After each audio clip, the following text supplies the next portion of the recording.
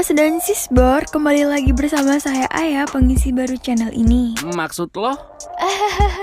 Nah, jadi gini loh Bor. Untuk menghilangkan rasa bosan, rasa jenuh, dan rasa-rasa galau, kali ini gua dan Aya akan membahas sebuah film yang berjudul Conjuring The Devil Made Me Do It. Mungkin dari kalian ada yang pernah nonton dan ada yang belum. So, film ini itu memang masih hot dan masih tayang di bioskop mulai tanggal 3 Juni kemarin. Jadi memang sangat sulit mencari dan mendownload film ini. Nah, dengan keterbatasan scene ya mohon dimaklumi, tapi ini tak akan merubah alur cerita yang sebenarnya. Dan buat kamu yang pengen mendapatkan sensasi menonton yang barbar, mending kalian nonton saja di bioskop. Dengan modal 60.000 kalian akan mendapati 2 tiket untuk pasang berpasangan. Ya, kalau kalian jomblo cukup 30.000 tonton sendirian. Berbeda dengan Conjuring 1 dan 2, di Conjuring ketiga ini menggabungkan horor dan pihak kepolisian, di mana Ed dan Lauren mendapati kasus seseorang yang akan dihukum mati karena membunuh temannya. Akan tetapi kejahatan tersebut dikarenakan adanya campur tangan iblis yang merasuki, yang membuat kasus ini benar-benar menyita perhatian.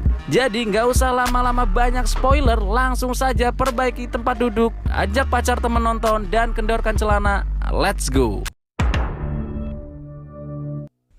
Di awal film, kita diperlihatkan sebuah rumah berdiri kokoh tanpa 3 roda di sebuah tanah yang jauh dari permukiman, dan di dalamnya berkumpul seseorang yang sedang berdoa. Di sini mereka berdoa untuk bocil yang bernama David. Dikarenakan David ini selalu diganggu oleh iblis jahat. Di saat David tertidur, ia mendengar suara ketokan pintu yang semakin lama semakin keras. Ia pun berlari dan ngumpet di kamar mandi. Tiba-tiba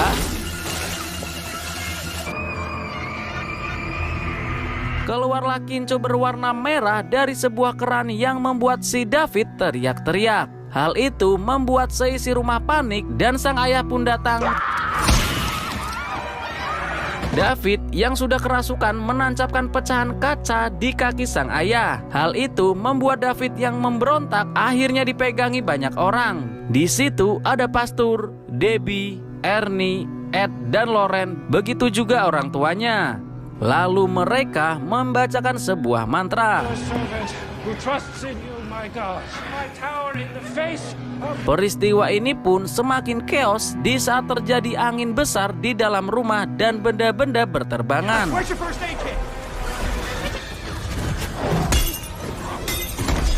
Pembacaan pun diambil alih oleh Ed dan membuat David semakin barbar, lalu mendorong Ed sampai jatuh. Bocil ini pun mengatakan, "Jangan ikut campur, kalau tidak mau jantungmu saya hentikan." Untungnya Ernie cepat datang lalu memegangi David. Ernie mengatakan, "Kalau berani datanglah kepadaku." Di sini bisa kita lihat kalau si Ernie ini sangatlah menyayangi David sampai-sampai dia ingin menggantikan si David.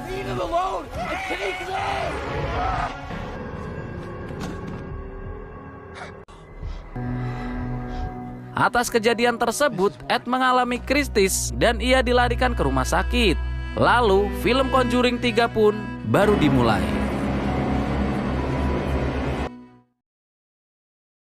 Scene berpindah di beberapa hari kemudian, di mana Ernie yang sedang tidur dibangunkan oleh kekasihnya Debbie. Lalu mereka mengadakan party di halaman rumah.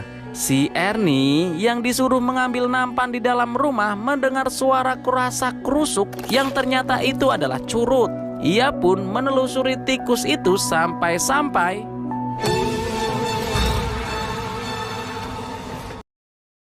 di sini kita diperlihatkan iblis itu yang mulai menargetkan Ernie sebagai korbannya. Bisa dilihat juga di sini Ernie sedang bekerja yang mana ia seperti diamati oleh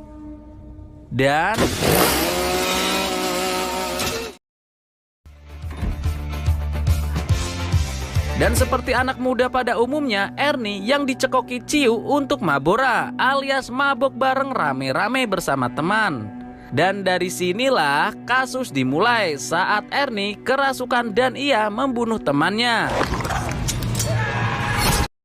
Ernie pun ditangkap dan ini adalah kasus pertama Ed dan Lauren yang menyangkut hukum. Pengacara pun dipanggil agar Ernie bisa bebas dari hukuman mati. Dan Sin mengalami pemunduran 5 bulan sebelumnya. Mereka baru pindah ke suatu rumah dan disinilah awal mula ada gangguan-gangguan aneh kepada David. Kembali ke sekarang, Debbie pun menceritakan hal itu kepada Ed dan Lauren. Mereka pun menemukan bukti-bukti kalau rumah ini tadinya tempat pemanggilan iblis oleh seseorang. Lauren lalu memasuki ruangan bawah tanah dan menemukan suatu benda, yang mana itu adalah benda untuk memanggil iblis. Dan ini juga bisa untuk sebagai bukti di pengadilan kalau kasus ini juga melibatkan iblis. Dan adegan berpindah di mana Lauren dan Ed mendapati informasi untuk menemui pria tua untuk menanyakan why, kenapa iblis menyerang keluarga itu padahal dia tidak bersalah. Pria tua itu pun menjawab tidak ada kata kenapa karena iblis ini bertujuan untuk mengacaukan. Dan ia juga mengatakan apakah kalian berdua siap kehilangan segalanya hanya untuk menyelamatkan pria yang akan dihukum mati. Lalu scene berpindah di mana Ernie yang sedang melakukan tugasnya di penjara dan tiba-tiba Ernie pun mulai kerasukan sampai-sampai dia harus dibius. Beberapa hari kemudian Lauren dan Ed menemui seseorang detektif dan membuat perjanjian. Si detektif ini memang lagi pusing karena mendapati kasus hilangnya seorang wanita yang bernama Jessica. Akhirnya mereka membuat perjanjian kalau Lauren diminta untuk mencari keberadaan Jessica. Dan sebagai gantinya Lauren akan dibantu detektif untuk mengeluarkan Ernie di penjara. Lalu mereka pun pergi ke tengah hutan. Di sini Lauren mencoba berinteraksi dan melihat apa yang terjadi dengan menjelma sebagai Jessica. Dan benar saja Lauren meragakan seorang wanita yang membunuh temannya dan ia berlari kencang tanpa melihat ada sebuah jurang. Lauren pun tersadar.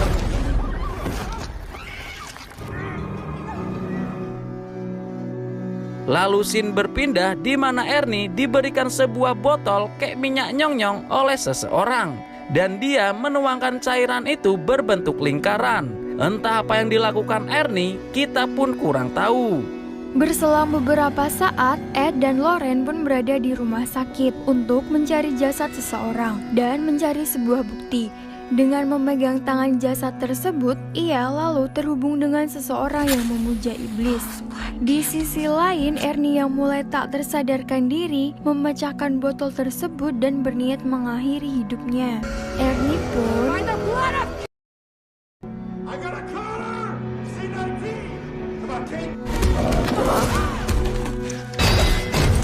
scene berpindah di mana Lauren dan Ed sedang meeting menyiasati yang harus dilakukan. Akan tetapi saat Ed berbicara soal berkas, di saat Ed terbangun, ia mendapati Lauren yang tidak ada dan ia bertemu sosok wanita pemuja iblis. Di sini Ed pun mulai berinteraksi dengan penyihir yang datang kepadanya. Ia sama seperti Ernie, Ed juga mengalami kerasukan. Dengan kalung milik Lauren, dan ternyata itu hanya halusinasi Ed. Di sini kita bisa melihat iblis ini mulai terhubung dengan keluarga Ed. Setelah ia tahu kalau ada sebuah pot yang ternyata di dalamnya ada patung pemuja iblis. Ya, ini adalah totem, biang dari segala masalah dari pemujaan iblis. Tanpa seizin Ed, Lauren sedang mendatangi seorang pastor yang kemarin ia temui untuk lebih mendapati bukti. Kita mengetahui kalau pastor ini memang mengoleksi barang-barang antik. Dia pun bercerita tentang keluarga dan anaknya, di mana obsesi mistisnya menurun kepada sang anak. Nah, bisa diketahui ternyata wanita pemanggil iblis itu ialah anak dari pastor tersebut. Pastor mengatakan bahwa kutukan itu bisa dipatahkan dengan 3 syarat, yaitu kemurnian, cinta, dan Tuhan. Lauren pun langsung menelusuri ruangan bawah tanah. Sedangkan si pastor yang berada di ruangan tadi tiba-tiba. Dan sebaliknya, Lauren yang berada di area bawah tanah, ia menemukan benda pemanggilan iblis dan tiba-tiba Wanita itu pun datang. Ed yang menyusul Loren langsung membuka tempat bawah tanah dengan memakai palunya Pak Thohir, bengkel dinamo. Ia memukul-mukul gembok. Setelah ia berhasil turun, Ed langsung bertemu dengan Loren yang ternyata sehabis Ed bertemu wanita iblis itu, ia tidak bisa mengendalikan diri dan ingin membunuh si Loren. Di tempat lain, Ernie yang tak bisa mengendalikan dirinya, ia mencoba bunuh diri dengan secaping kaca. Scene langsung berpindah lagi di rumahnya si pastor, yang mana Loren sudah pasrah.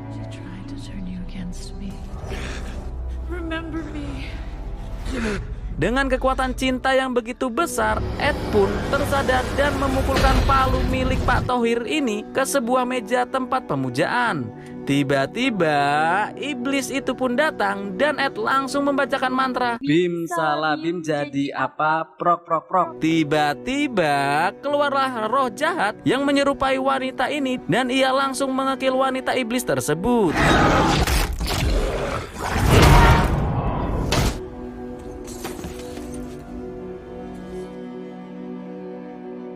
Singkat cerita, kita diperlihatkan scene yang di awal film, di mana Ernie dibawa ke pengadilan. Hakim pun memutuskan kalau yang bersalah itu adalah si iblis. Hila, terus iblisnya mau dipenjara emang bisa? Ya, semua permasalahan itu memang berasal dari si iblis, Neng. Walaupun begitu, hukum tetap berjalan. Hukuman Ernie pun diganti 5 tahun dan film pun tamat.